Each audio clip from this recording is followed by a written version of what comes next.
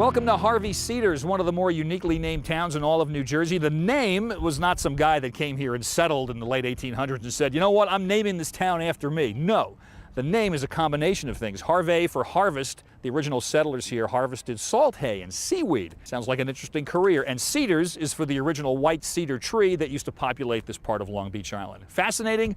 Not so sure. But the reason we're here is because the newest, hottest tourist attraction is right here, Harvey Cedars. And it's a mailbox.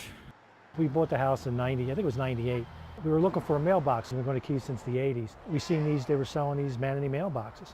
So we went in and talked to the lady, and we talked to her. Finally, she agreed that she could ship it here. So we got it shipped here. And ever since then, Denise has been dressing it. Does she have a name? Manny. Manny with an I. This is just Manny stuff, and we use this for 4th of July this year. These are many of Manny's skirts. We just had to replace this pink one because somebody liked it so much they helped themselves to it. And this actually made it all the way on the plane too with us. Based on what we've seen, there are dozens of skirts, hats, beads, assorted props, all of which might be combined to give the manatee a unique and always festive look. Island regulars make note of her costumes, often pulling over for photos, and according to Gary, it happens at least 10 to 15 times a day. For instance, we've been coming here for a good number of years, and every time we stop by, we always have to pull over, run the risk of hitting cars, and taking snapshots. This is my favorite outfit. Reminds me of the good times that we had in Cabo. The only thing that's missing is the Corona bottle. But the Corona bottle has been on display on other days, and Manny the Manatee is never at a loss for outfits that are colorful, creative, and a sight to behold along the boulevard in Harvey Cedars. Somebody stopped me when we were putting on a hat, and they said, you know what? My kid's been coming down here for 3 years. They just love to see the manatee. And you know what? We don't even go to Barnegat Light anymore. The attraction for us is your manatee. I do it for them, but I really do it for me. As we've seen, Long Beach Island's a great place to visit. We ourselves have been down to the beach and got our badges checked. We visited the lighthouse, went up the 217 steps, came back down again, and we've even had a healthy breakfast. But before you leave the island, you should play at least one round of miniature golf, and if you're a traditionalist like me, you might want to stop by one of the oldest courses on the island, fantastic Flamingo Golf here in Ship Bottom. Boy, that was close. Flamingo Golf is small, even by miniature golf standards, just 18 holes. It's been around 51 years and has a clientele that's been coming back again and again for generations. Since I'm 2 or 3, that's mid-60s. Really? And you keep coming back, why?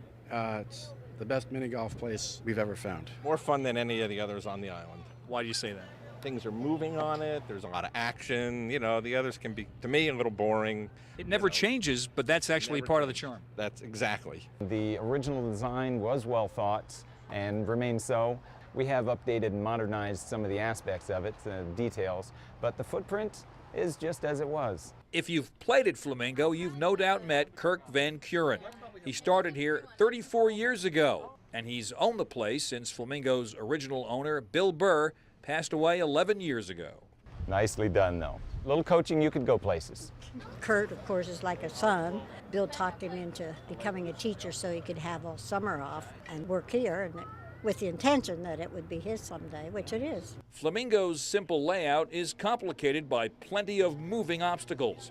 A hole-in-one on one day can be met with complete frustration the next. And towering above it all is the notorious windmill at 15. He's beaten me enough times. Today he had his chance, but... The windmill got you, isn't that true? Yeah. Tell me about the windmill. It's just a horrible hole. I can't stand it. So you've actually scored 10 on it. Oh, easily 10. I've actually once hit one of the houses on this course. That was a long time ago, but really, yeah, I was probably about 10 years old, and I took a big backswing, hit one of the houses, almost hit the window. This course might be small, but it's never dull. Flamingo Golf is at once both quaint and maddening, and that means Bill Burr's spirit is alive and well. When I took the place over, I had no plans of ever changing the name. People asked me, well, why don't you? You know, you're the owner now, and say, no, this is Bill Burr's Flamingo Golf. Always has been, and that's the way it's going to stay. So goes another summer on the course. I own the back nine at Flamingo. Now, if I could just get a hole-in-one on 18. Take a look at this, would you, huh? Hole-in-one, Flamingo Golf, 1997. That's right, if you get a hole-in-one on their crazy 18th hole, 5 free games or a trophy. Now, I knew trophies last forever. 5 games goes away fast. I've also got one from 1973 when I was 12 years old, and I'd show it to you, except my mom threw it away when I was in college. So, before we leave the island, we think the one thing you really should see before you go is sunset at Barnegat Lighthouse. So let's head back in the car, huh? Drive down the boulevard and take a look at this. Sunset at Barnegat Lighthouse. There is no prettier sight in the state of New Jersey, especially come summertime. We hope you've enjoyed our little tour of Long Beach Island. We hope you had a great summer, and most of all, we hope we see you here next year. Thanks for watching.